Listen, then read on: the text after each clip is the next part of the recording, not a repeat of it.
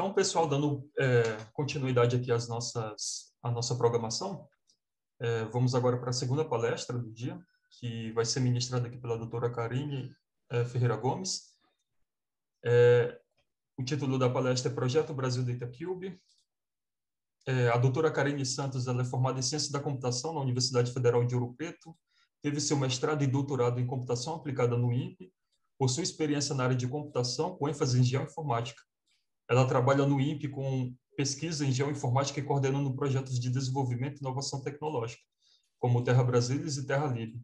Ela é docente também do programa de pós-graduação em computação aplicada do INPE, e a sua principal linha de pesquisa é a representação do processamento e análise de grandes volumes de dados espaço-temporais, e é uma das coordenadoras do projeto Brasil Data Cube, liderando pesquisa e desenvolvimento e processamento de grandes volumes de imagens de satélite de observação da Terra e criação de cubos de dados multidimensionais a partir de imagens e em análise de séries temporais de imagens de satélites.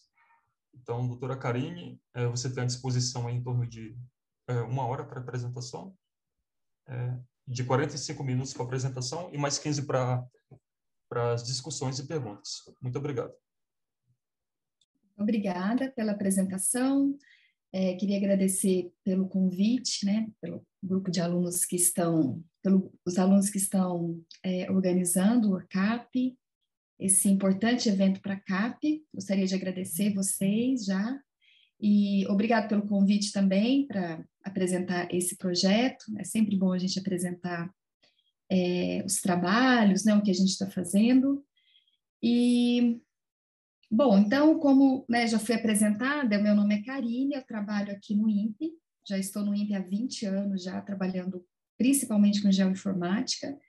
Eu cheguei no INPE para fazer o mestrado na CAP e acabei fazendo concurso, entrei no INPE e trabalho, então, há 20 anos com pesquisa, desenvolvimento, principalmente com desenvolvimento, e depois foi, né, avançando em pesquisa também nessa área de geoinformática. E aqui eu vou apresentar, então, esse projeto, né, projeto chamado Brasil Data Cube, onde a gente está trabalhando com a geração de cubos de dados de imagens, de sensoramento remoto, Big Data, análise de séries temporais de imagens e métodos de Machine Learning. Esse projeto, ele tem uma componente, além de desenvolvimento, uma componente muito forte de pesquisa em computação, e eu vou tentar, então, trazer para essa palestra, né, para essa conversa nossa, principalmente esses temas de pesquisa que estão associados a esse projeto. Esse projeto, então, ele está sendo desenvolvido pelo INPE, né, eu gosto de sempre começar com esse slide, porque essa iniciativa de criar cubos de dados de observação da Terra para um determinado país ou para uma determinada região, ela é uma tendência mundial. Então existem diferentes projetos e iniciativas, tanto na Austrália, chamado Digital Earth Austrália, existe um consórcio de países da África que estão criando cubos de dados de satélites, né, imagens de satélites, que a gente chama de prontas para análise do Earth Data, e depois, a partir dessas imagens prontas para análise, a criação de cubos de dados. Então, existe essa iniciativa para a África, para a Austrália e para vários países. Existe uma iniciativa também aqui na América, né, para integrar todas essas iniciativas na América e na Suíça. E esse projeto, Brasil Data Cube, é a iniciativa do Brasil nessa temática, né, de criar cubos de dados de observação da Terra para todo o nosso território nacional. Então, qual o objetivo desse projeto? O projeto ele tem basicamente 4 objetivos. O primeiro é você criar dados prontos para análise do Earth Data, a partir de imagens de sensoramento remoto. Então, a gente está trabalhando nesse projeto com imagens que a gente chama de média resolução espacial. Então, a gente está trabalhando com Cibers 4 e 4A, Landsat 8 e Sentinel-2 para o Brasil todo. A gente tem algumas iniciativas com outros satélites também, mas principalmente o Sentinel-1 e outros satélites do Landsat também, fazendo a harmonização entre o 5, o 7 e o 8, mas essas são iniciativas que não são entregas do projeto, né? O que a gente precisa entregar nesse projeto são esses cubos de dados desses satélites e sensores. Quando eu falo análise Red Data, eu estou falando de uma especificação definida pelo CIOs, né, por um grupo internacional, que define o que é um dado pronto para análise. Então, a gente segue, né, essa especificação para gerar esse dado pronto para análise e, após criar esses dados prontos para análise, a gente modela essas imagens como cubos de dados multidimensionais, como pode ver aqui nessa figura. Então, a gente modela essas imagens de uma maneira multidimensional, onde uma dessas dimensões é o tempo, e a gente faz isso principalmente para suportar a análise de séries temporais associadas a cada pixel, né, a cada quadradinho, a cada célula dessa. Bom, então esses são os 2 primeiros objetivos. Esse aqui é o portal do projeto. Então, quando você entra no portal do projeto, nós já temos, né, todos os tiles, essas células aqui que estão pintadas de verde para o Brasil todo, são células ou tiles que já estão prontos. Então, são cubos de dados já prontos, que a pessoa pode fazer o download pelo portal, ou pode acessar via as APIs que a gente está desenvolvendo, serviços web, que eu vou falar um pouquinho aqui.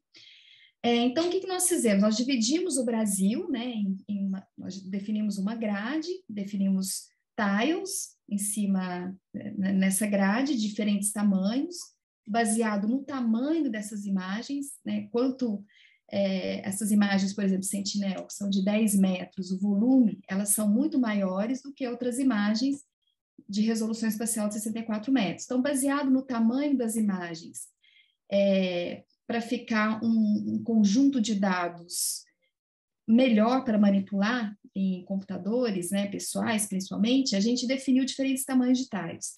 E a gente vai criando esses cubos para esses tiles. Então, a gente tem aqui o que já está pronto, né?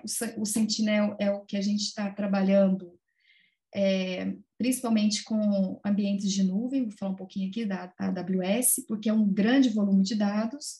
Então, a gente está trabalhando com a AWS para gerar esses cubos Sentinel. Bom, então, quando você entra no projeto, quando você entra no portal, quando você entra através das APIs, você sempre você sempre acessa um tile desses cubos de dados.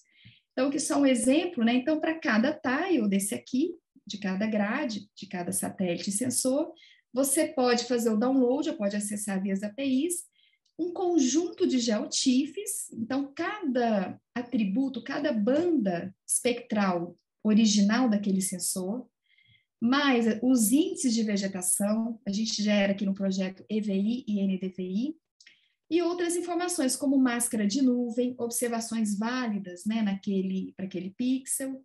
Então, quando você vai acessar os dados do projeto, um cubo de dados, você acessa sempre tiles, que são identificáveis, né, tem um identificador único, cada tile, e você acessa, então, um conjunto de geotiffs, nesse formato COG, e faz o processamento desse conjunto de arquivos.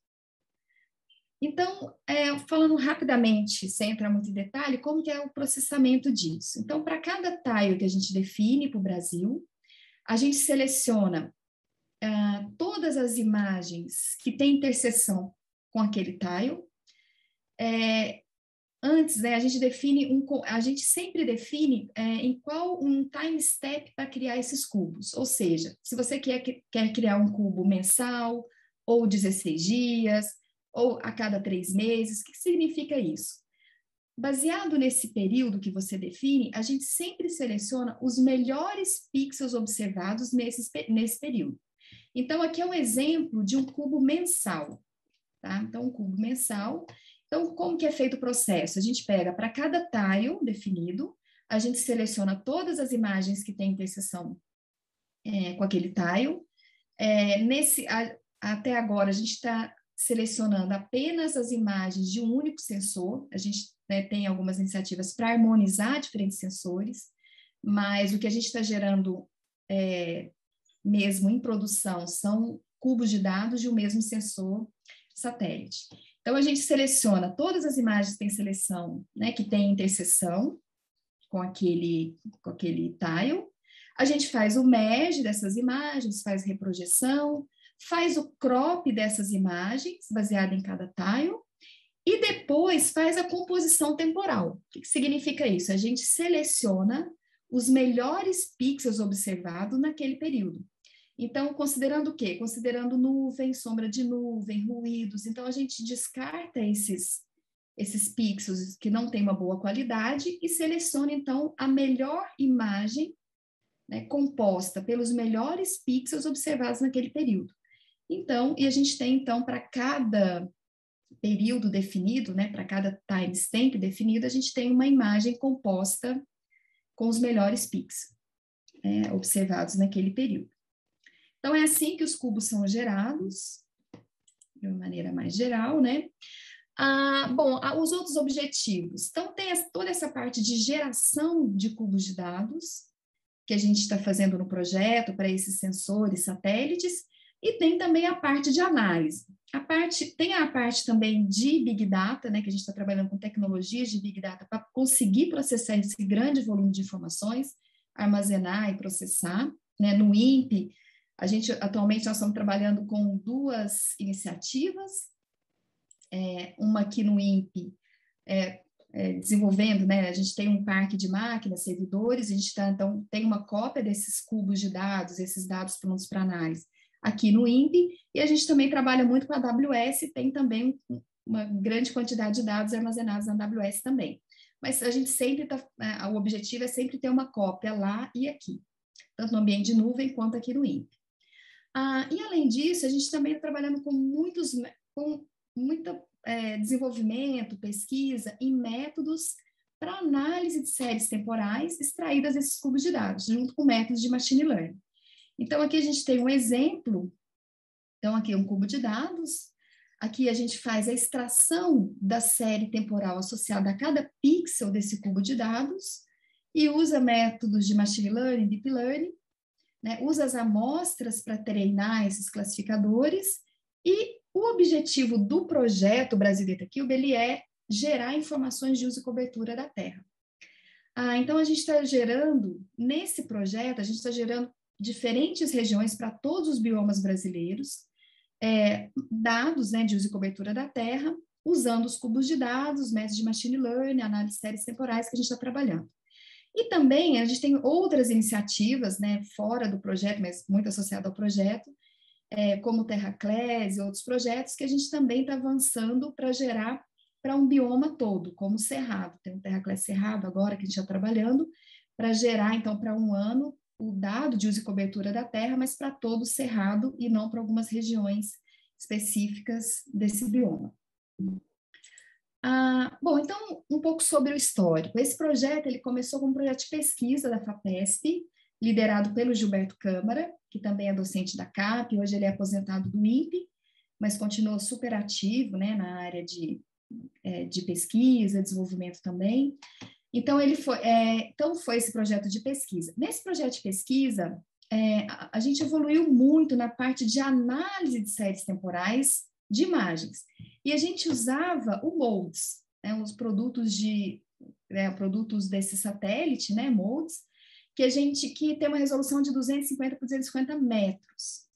Então, a gente usava já esses produtos prontos, né, esses cubos de dados prontos, e avançamos muito nessa parte de análise de séries temporais, usando redes neurais e machine learning para extrair informação de uso e cobertura. Aí, nesse projeto Brasil Data Cube, a gente tem toda uma parte grande de geração de cubos de dados.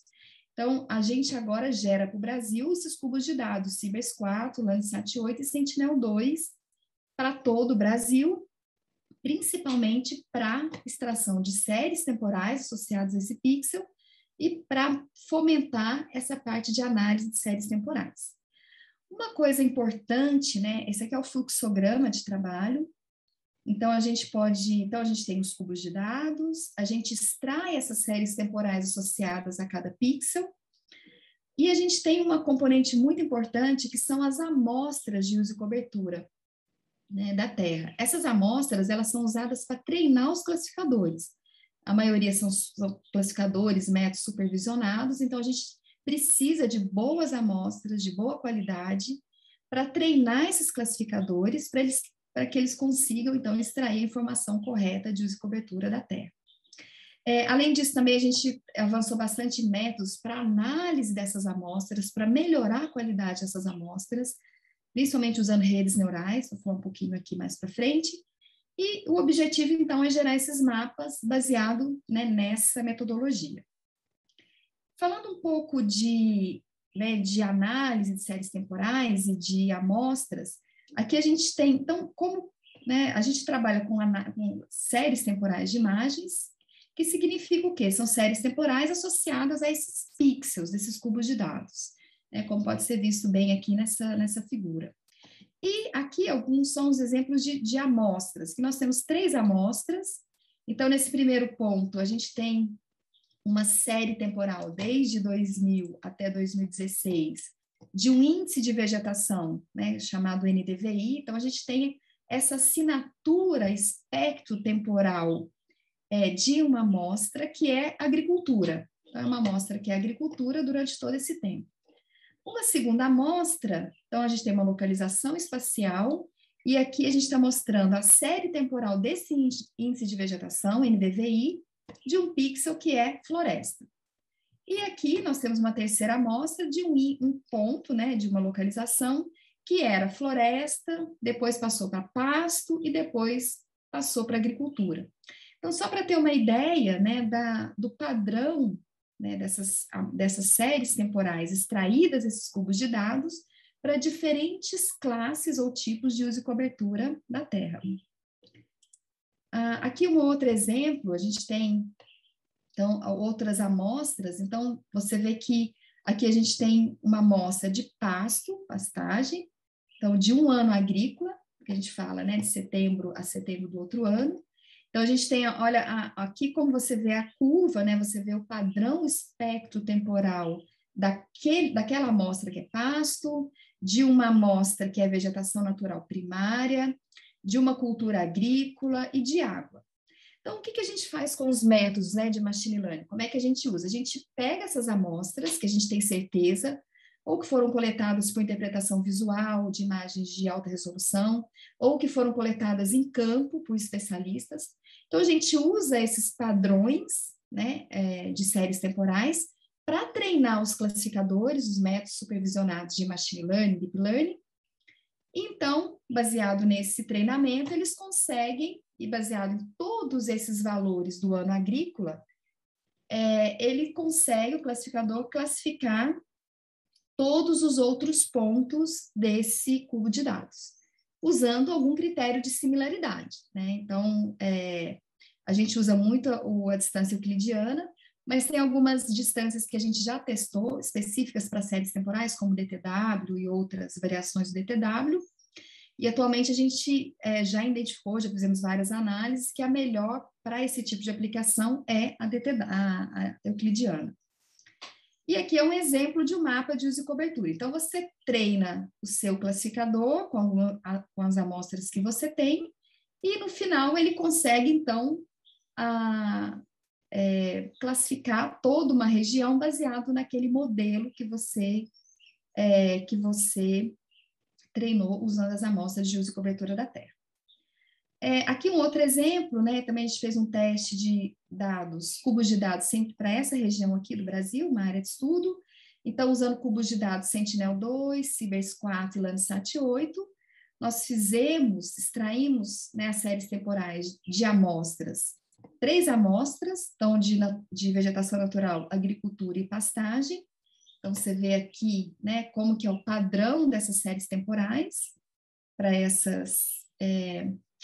essas classes, e geramos, então, a classificação usando aqui um classificador de Deep Learning, né, Multilayer Perceptron, com 5 layers e 512 neurônios, usando um pacote que a gente desenvolve aqui, que é o R, também no contexto, começou no Essence e continua nesse projeto, que é um pacote chamado CITS, que é um pacote em R que contém conjunto de funções para análise de séries temporais, tanto de clustering, de classificação, de validação, análise de qualidade de amostras. Então, isso foi um teste que nós fizemos, né, usando esses três cubos de dados. Bom, por que o INPE está fazendo esse projeto, né? O Rafael falou muito bem antes sobre o INPE, né, as demandas do INPE. O INPE ele é responsável hoje e está envolvido em vários projetos que geram informações, tanto de desmatamento, quanto de uso e cobertura da terra. Então, esse projeto, né, dos objetivos, a motivação de fazer esse projeto, principalmente é desenvolver inovação tecnológica para esses projetos e programas que o INPE está envolvido, principalmente de monitoramento ambiental, né, que utiliza imagens de satélite para isso. Então, a gente desenvolveu, no contexto desse projeto, um serviço de visualização de grandes bases de dados de observação da Terra, de dados armazenados na AWS, mas também que pode rodar, por exemplo, nossa infraestrutura aqui, também do INPE. E esse serviço ele já está sendo usado pelo Deter Intenso, que é um programa do INPE que faz alertas de desmatamento, nesse sistema que é o Forest Monitor. Então, já está usando, então, as tecnologias, os serviços que a gente desenvolveu no contexto desse projeto. E também a construção de mosaicos. A gente já construiu alguns mosaicos do Brasil todo, usando Landsat e Cibers. E como que a gente faz isso? A gente tem a tecnologia para selecionar o melhor pixel observado em um determinado período, como eu falei aqui. Então, esses mosaicos, eles são criados selecionando o melhor pixel, por exemplo, em 3 meses, para gerar, então, uma imagem do Brasil inteiro, um mosaico do Brasil inteiro, o mais livre de nuvem, livre de ruído possível, né, a partir dessas tecnologias para seleção de melhor pixel. Então, são esses, né, que a gente também está trabalhando no projeto. Agora, uma outra motivação também é que hoje a parte de pesquisa. Na literatura, a gente pode encontrar vários artigos publicados que utilizam séries temporais extraídas de pixel dessas imagens e, né, métodos de machine learning, deep learning, para monitoramento de uso e cobertura da Terra. Então, hoje a gente já vê tem várias técnicas para detecção de quebras dessas séries temporais, para classificação. Então, está muito, é uma área de pesquisa que está muito em alta essa parte de processamento de séries temporais de imagens para gerar diferentes tipos de informação, né? E principalmente monitoramento de uso e cobertura da Terra. Isso aqui é um artigo, né, que foi publicado pelo Rolf, que foi um aluno da CAP, que terminou agora o doutorado, e ele trabalhou muito com essa parte de geração de mapas de uso e cobertura da Terra a partir de séries temporais. Esse aqui é um artigo publicado por ele e colaboradores, que utilizou, então, o produto MODES e o método SVM. Mas, como esse, né, artigos, tem vários na literatura usando séries temporais de imagens para extrair esse tipo de informação. Bom, no projeto, além de gerar todos esses dados que eu estou falando, cubos de dados prontos para análise, cubos de dados, armazenar essas amostras de uso e cobertura, outros dados também de uso e cobertura da Terra, a gente está fazendo isso para o Brasil todo, armazenando aqui no projeto, a gente também tem uma parte forte de desenvolvimento de software.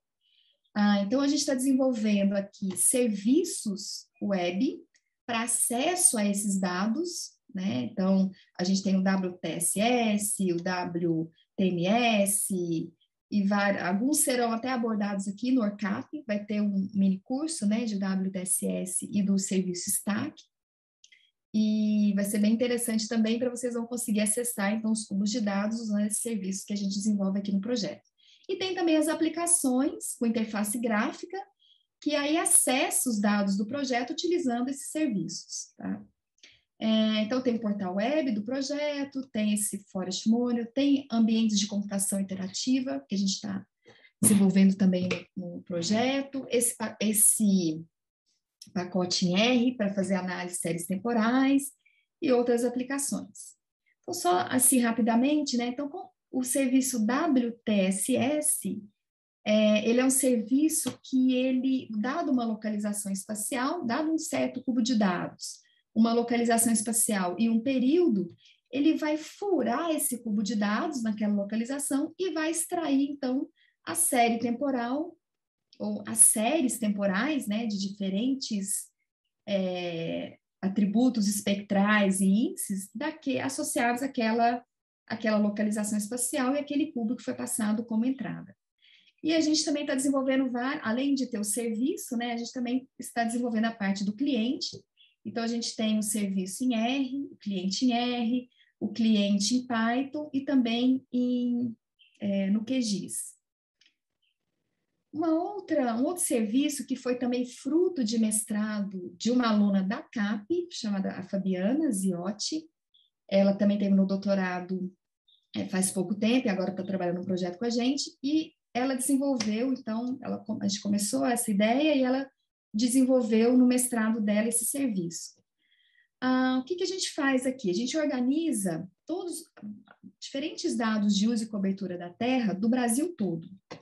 Então, são dados do MapBiomas, dados do PRODES, do TerraClass, do DT. E aí, o que a gente faz?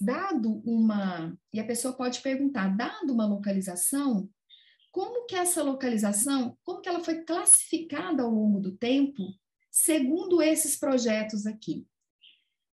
Então, aqui é um exemplo, isso a gente chama de trajetória, né? Uma trajetória de uso e cobertura da Terra para esse ponto. Então, o que ela faz? Ela fura todos esses dados, esse projeto, e retorna essa trajetória. Então, aqui a gente tem um exemplo de uma localização que era floresta, em 2012, segundo o projeto PRODES. Depois depois essa localização estava dentro de um alerta de desmatamento, em 2013, identificada pelo projeto DT. Depois ele foi identificado como desmatamento mesmo, foi confirmado como desmatamento pelo PRODES em 2013, e depois essa área desmatada, ela se transformou em pasto, segundo o projeto TerraClass. Então, a gente dá toda a trajetória de uso e cobertura da terra para uma localização específica. Então, isso é um trabalho que é fruto de um mestrado em computação aplicada, trabalhando com a gente no projeto da Fabiana. Também, isso aí também foi fruto do doutorado do Rolf, que é o pacote CITES, lógico, né, tem contribuição de outras pessoas, mas uma pessoa que contribuiu muito com esse pacote foi o Rolf, que também é aluno de doutorado da CAP, que terminou esse ano também. Então, é um pacote em R, que tem um monte de funções para trabalhar com análise de séries temporais. Então, tem métodos de clustering, de classificação, treinamento, pós-processamento, e aqui só algumas figurinhas, né? Como eu falei, um ambiente de computação interativa que a gente está trabalhando, então a gente está usando o Jupyter Hub e a gente está trabalhando nesse ambiente. O Felipe Carlos, né, que também é um aluno de mestrado da CAP, também trabalha no projeto, ele que está, né, principalmente ele é que está fazendo toda essa parte com a gente, né, tanto a parte de pesquisa quanto a parte também de implementação.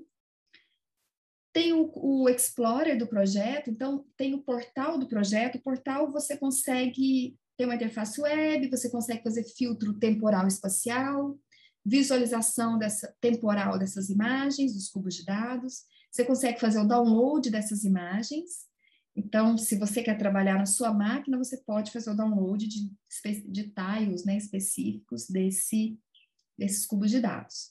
Então, aqui só alguns prints, né, do portal. Então, você consegue comparar diferentes datas, né, diferentes imagens em diferentes datas, para comparar uma região. Você consegue fazer composição colorida, filtro espacial e temporal, e outras coisas que você consegue fazer no portal.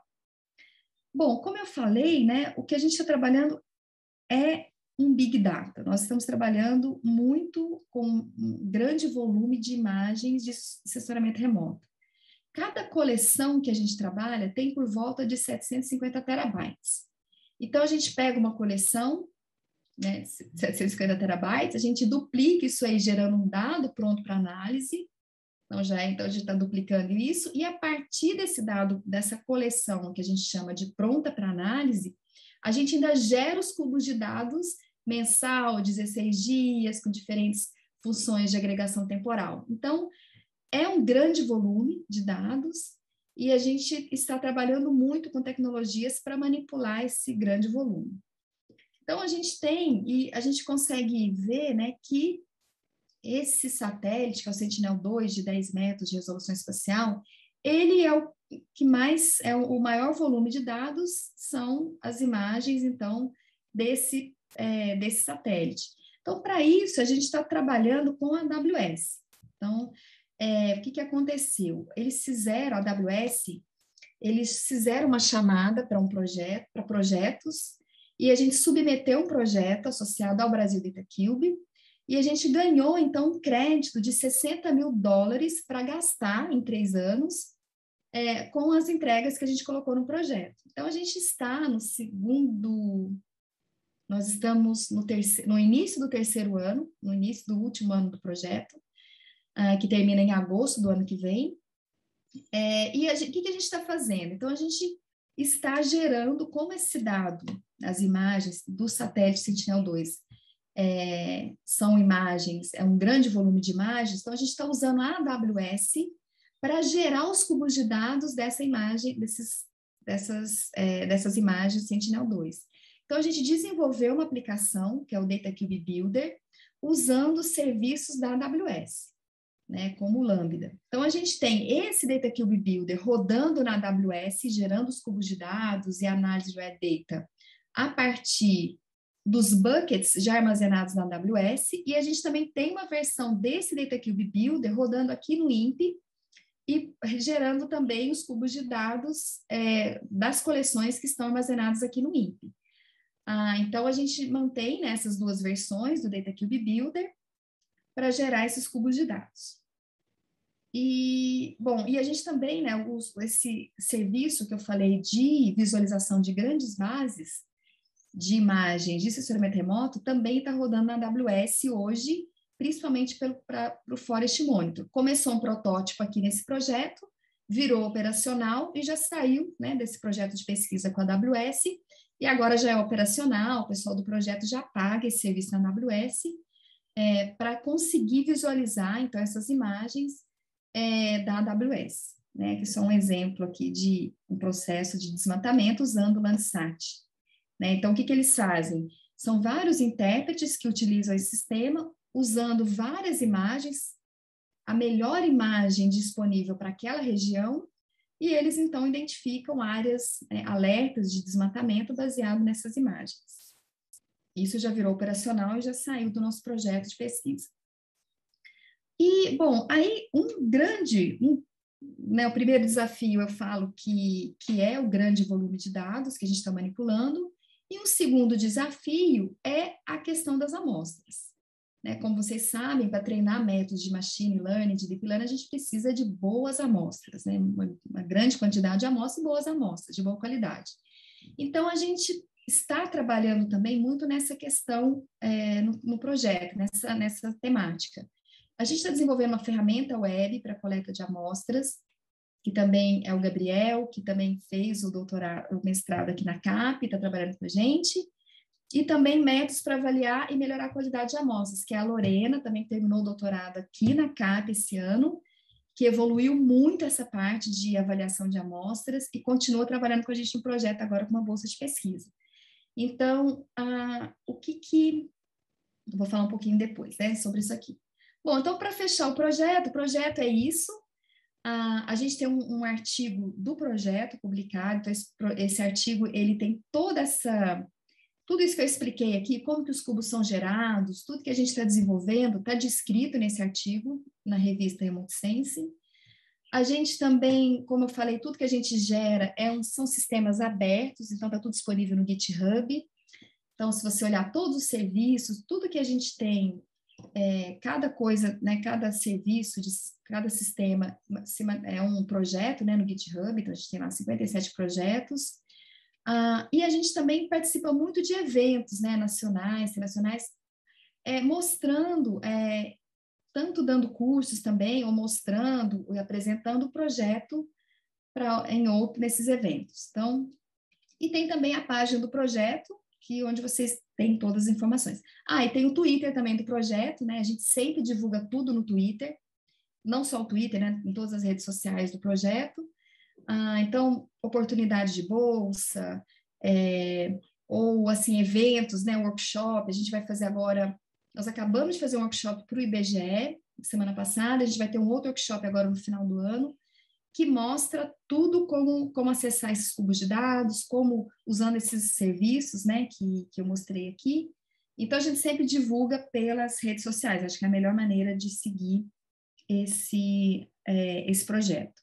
Então, a equipe do projeto, então, eu junto com também docente Gilberto Queiroz, né, o Ribeiro Queiroz, aqui da CAP, nós estamos coordenando esse projeto, junto com outros pesquisadores do INPE também. E aí a gente tem uma equipe de desenvolvimento, temos uma equipe de classificação, que está trabalhando mais essa parte de classificação de uso e cobertura da terra, temos ainda alunos de mestrado e doutorado, também associados, está faltando algumas fotinhas aqui, tem que atualizar, e tem a Luciana que ajuda a gente na gestão do projeto. Um pouco dessa pesquisa, né, da parte de pesquisa em geoinformática, isso é muito forte no projeto. A gente tem muito forte essa parte de pesquisa na área de computação, principalmente na área de geoinformática. Então, isso aqui é o aluno, aqui é um exemplo, né, a Lorena, vou mostrar alguns exemplos só, não são todos, mas a Lorena, ela terminou o doutorado agora, esse ano, e ela publicou, então, em 2021, 2 artigos associados a essa questão de avaliação de amostras de uso e cobertura da terra e redução, né, de ruídos, de mislabeling, né, que a gente fala, dessas amostras. Então, a gente usando o som, né, então a gente extrai essas séries temporais, usando o som, né, a rede neural, a gente então define então uma classificação, gera os clusters, né, de séries temporais usando o som, e depois usando probabilidade, né, posteriori e outras informações, né, e principalmente inferência bayesiana, a gente define então uma qualidade associada a cada amostra. E baseado nessa qualidade, a pessoa pode definir entre remover uma amostra ou reclassificar essa amostra, né, que não está ajudando o classificador a ser treinado. Então, esse método também ele ajuda a identificar quais são as confusões entre essas séries temporais. Por que é isso, né? Porque essas amostras, elas são coletadas, geralmente quando um especialista vai a campo, então ele coleta algumas amostras, então, e também interpretação visual de imagens. Então, geralmente, né, no campo, na realidade, você consegue distinguir algumas classes de uso e cobertura da terra, mas quando você está usando séries temporais de imagens, nem sempre você vai conseguir fazer essa distinção usando séries temporais. Então, esse algoritmo, né, esse método que foi proposto pela Lorena no doutorado dela, ajuda a identificar essas confusões entre as classes baseadas em séries temporais de imagens, e aí o especialista ele tem capacidade de fazer uma avaliação. Talvez ele pode juntar as amostras de 2 classes que a gente não consegue separar em uma classe só, né, uma superclasse, ou ele pode, então, remover uma amostra que, né, usando a série temporal, olhando numa imagem de alta resolução, aquilo não é a classe que foi rotulada, existe isso também, né, por questões semânticas também dessas classes de uso e cobertura da terra. Então, é um método que ajuda muito nessa parte de avaliação de amostras. E também ajuda nessa questão de diferentes padrões, padrões de séries temporais associadas a diferentes classes. Então, aqui, por exemplo, são classes de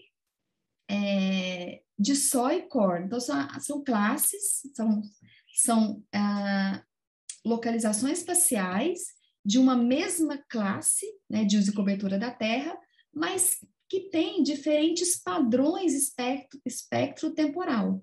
temporais. Por que isso acontece? Porque quando você plota isso no mapa, você vê que são amostras, apesar de pertencer à mesma classe, elas estão distantes no espaço, estão em outros estados, são estados diferentes, que têm calendário agrícola diferente. Então, essa variação, apesar de ser séries temporais de uma mesma classe, elas têm uma variação. E aí, esse método também proposto pela Lorena, ele define você ajuda o especialista a identificar diferentes padrões espaços-temporais dessas classes de uso e cobertura da Terra. Então, assim, tem muita pesquisa ainda para ser feita, né, nessa parte. Aí, uma coisa que a gente sempre usa muito, como vocês podem ver, aqui é o mapa SOM, né? É o mapa do método SOM. E aí, uma coisa também que a gente fez, um aluno também que trabalhou, o Rodrigo, que terminou ano passado, ele, bom, ao invés de usar o SOM, que é um mapa fixo, que você define, né, o número de neurônios a priori, nós também avaliamos alguns outros métodos, como o GSOM, o Growing Self-Organized Maps, que ele vai crescendo à medida, né, de acordo com a similaridade ou não dessas séries temporais dentro de cada neurônio, ele vai, então, expandindo esse mapa de neurônios à medida que é necessário, né, para você manter uma similaridade definida a priori. Então, a gente testou, né, foi uma dissertação de mestrado aqui na CAP também, e a gente avaliou bastante coisa, né, usando o Growing Self Organized Maps, ele publicou um artigo, mas algumas características né, a gente não consegue manter nesse tipo de método, então a gente continua usando o SOM, né, principalmente a questão da vizinhança, porque quando a gente faz isso aqui, quando a gente está usando inferência bayesiana, principalmente, a gente está considerando essa vizinhança dos neurônios, né? Então, os neurônios, os neurônios próximos, eles são similares, né? Isso é uma característica do som que a gente não consegue ou não conseguiu obter usando esses métodos que vão crescendo, né? À medida que vai precisando crescer a quantidade de neurônios. Então, por causa disso, a gente continua usando o som, mas foi uma avaliação muito importante, porque a gente sempre ficava questionando, né, ter que definir essa grade a priori. Bom, aí tem também a dissertação do Felipe Souza também, que foi muito importante para a gente, que ele definiu essa parte porque tudo isso que a gente está trabalhando, né, a gente sempre usa a série temporal completa, né, de um ano agrícola, geralmente. Então, a gente usa todas as informações de um ano agrícola dessa série temporal. Mas uma coisa que a gente, né, queria muito explorar também é a extração de métricas, não usar a série toda, mas extrair algumas métricas dessas séries temporais e usar, então, fazer classificação nessas métricas, ao invés de fazer classificação usando a série temporal completa. E aí, alguns exemplos, né, métricas básicas, média, mediana, valor mínimo, máximo, número de picos, né, e métricas polares também. Então, o Felipe, ele fez não tem aqui a figura, mas ele definiu, então, ele experimentou, avaliou diferentes métricas né, em algoritmos de aprendizado de máquina para extrair diferentes aplicações, estudos de casos, de avaliação de amostras, máscara de água e mapa de uso e cobertura da terra. E nós tivemos um resultado muito bom, principalmente nessa aplicação de água, né? Então, você vê aqui usando séries temporais completas, usando Random Forest, o SVM, dessas 3 regiões aqui. Então, a gente vê que aqui usando as séries temporais e aqui usando métricas básicas, métricas polares e métricas básicas e polares. Então, a gente teve né, uma acurácia muito boa usando métricas e um custo computacional muito menor, né? Porque está usando métricas, você está usando menos atributos do que a série completa, temporal completa. Então, a gente está escrevendo agora o artigo, né, desse experimento, e a gente tem o objetivo de fazer um mapa, né, então, de água para um bioma, para o Brasil, usando essas métricas. E aí tem essa parte de análise de séries temporais, machine learning, que tem muita coisa para fazer, e tem também uma parte de pesquisa em geoinformática, que aí é mais a parte computacional, mais de sistemas, né? Computacional todas são, mas de sistemas, desenvolvimento de sistemas. Então, tem esse serviço que eu mostrei, o WLTS, que foi o mestrado da Fabiana, tem essa parte de integração com ferramentas, plataformas de manipulação de grandes volumes de dados de imagens. Então, aqui é um exemplo, que é o ODC. Então, tem um aluno nosso de doutorado, Victor, que está trabalhando muito com essas plataformas, integrando essas plataformas no ambiente, né, do projeto. E aqui, junto com o Felipe Menino, né, eles fizeram, então, essa integração com o ODC, que é uma outra plataforma bem importante nessa área de cubo de dados. E é isso, né? Acho que eu já passei aqui do tempo, era 40 minutos, e é isso. E agora estou aqui aberta para a gente conversar, para tirar algumas dúvidas. Obrigada, Adriana. Certo, Karine, muito obrigado pela apresentação. Nós temos aqui algumas perguntas que o pessoal está enviando lá no Slido. Tem uma do Alexandre, que é da Universidade no Peru.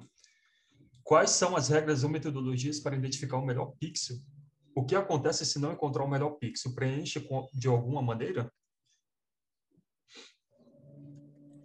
Olha, a gente tem diferentes técnicas, né? Então, eu não coloquei aqui, mas a gente tem três principais. Então, a gente pode pegar a média, a mediana ou uma que a gente chama stack, que a gente faz uma ordenação pela qualidade do pixel e pega o de menor qualidade.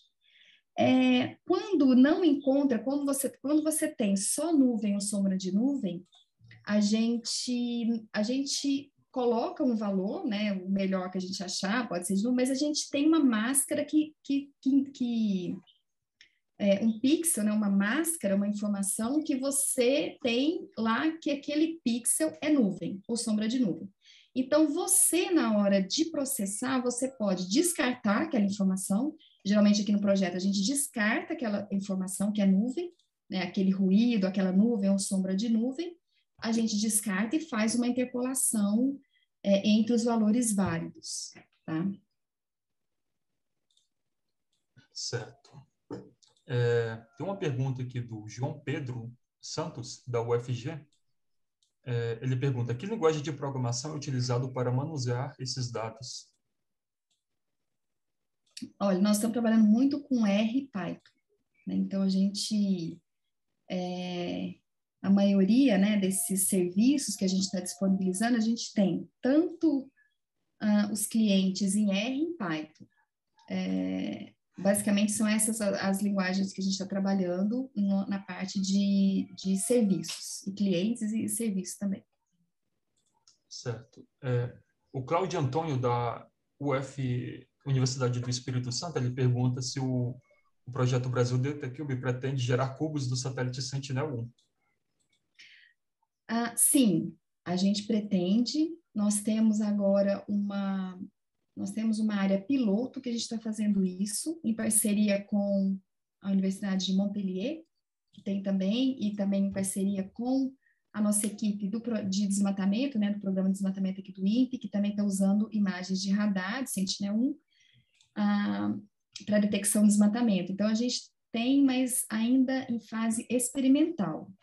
Se alguém tiver alguma... como o volume é muito grande, né, de imagens, se alguém tiver uma demanda, a gente está gerando cubos por demanda de projetos, de aplicações, ao invés de gerar para o Brasil todo, no caso do Sentinel-1. Os outros não, a gente vai gerar para o Brasil todo, é uma entrega do projeto. Mas dos outros sensores / satélites, a gente está gerando sob demanda. Ok. O Cláudio Antônio, da Universidade do Espírito Santo, ele pergunta se ele gostaria de saber quais os métodos de machine learning mais usados na classificação. Por exemplo, Random Forest, Spot Vector Machine, entre outros.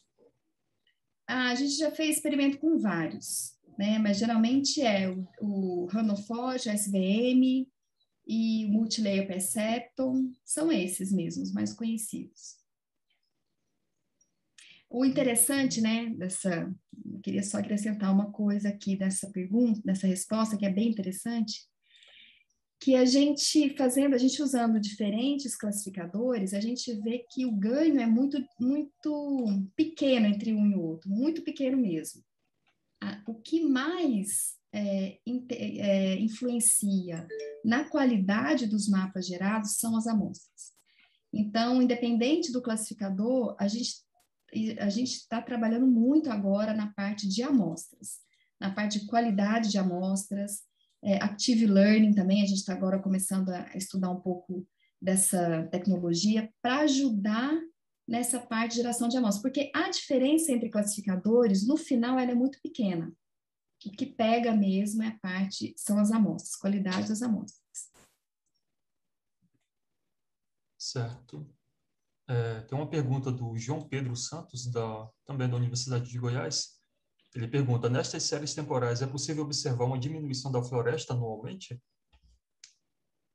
Sim, é possível, né? Assim como você consegue visualmente nas imagens, né? Você consegue identificar, por exemplo, uma degradação, um desmatamento, usando a série temporal, principalmente desses índices de vegetação, EVI, NDVI, né? Que no final ela vai te dando, né? Ela tem você consegue usar essas séries temporais, você consegue usar metodologias, métodos. Aí tem vários, tem o BIFAST, tem vários, né? Um mais conhecido é o BIFAST e o LSTM, que a gente também está avaliando, que você tem aquele padrão, né? Aquele tapete verde, que é a Amazônia, então você tem lá um índice de vegetação muito alto para aquela região.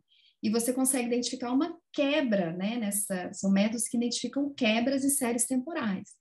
Então, existem alguns na literatura, e a gente está agora trabalhando com aluno também de mestrado, comparando, né, o BIFAST e o LSTM, para identificar essa quebra. E essa quebra, se você está trabalhando numa floresta, pode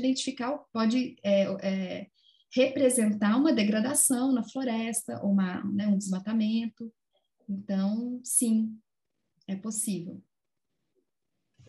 Certo. A próxima pergunta é do Edilon Pereira, da UFABC. Ele primeiro parabeniza pelo projeto, né, pelo Brasil DataCube. Ele gostaria de saber se os dados armazenados na AWS estão disponíveis para uso.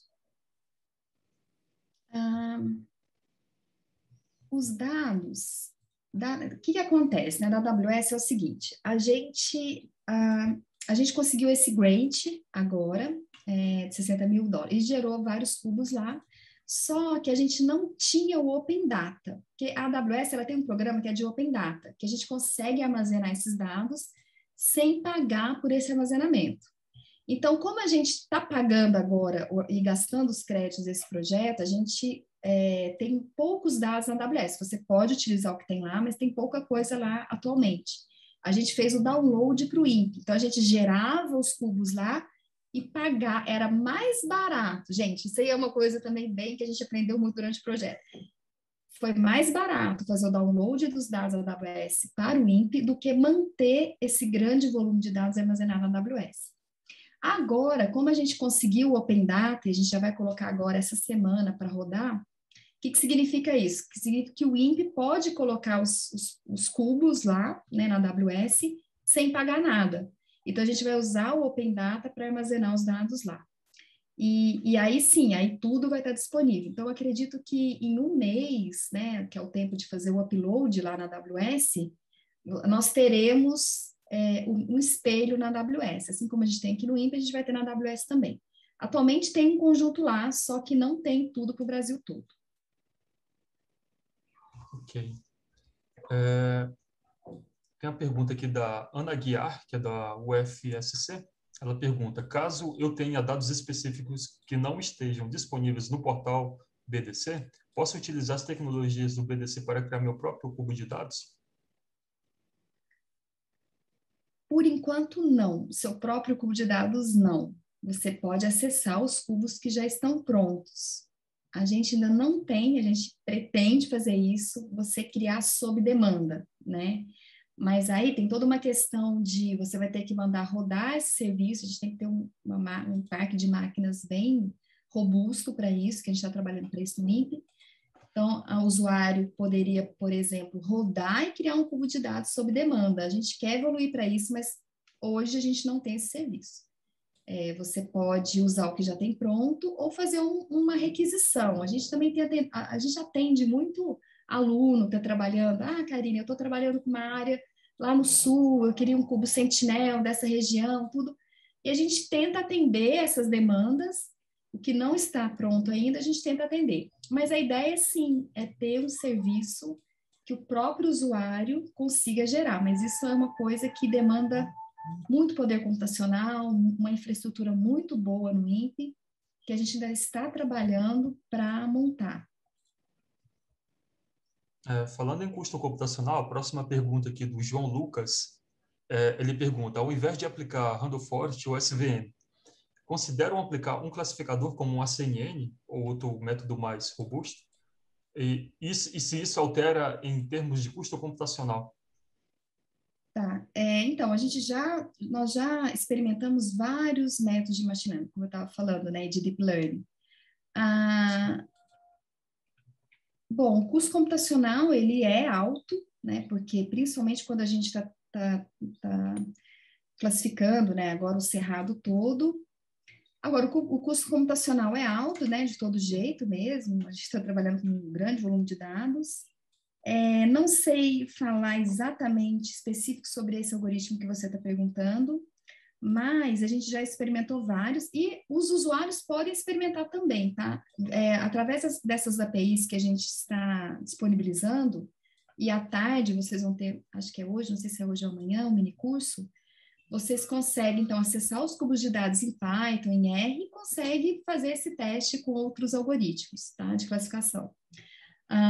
E tem o pacote CITES também, né? O pacote CITES, que é um pacote em R, que tem já tem várias funções para trabalhar com séries temporais, e também interface com outros pacotes em R para trabalhar com outros métodos de Deep Learning, Machine Learning.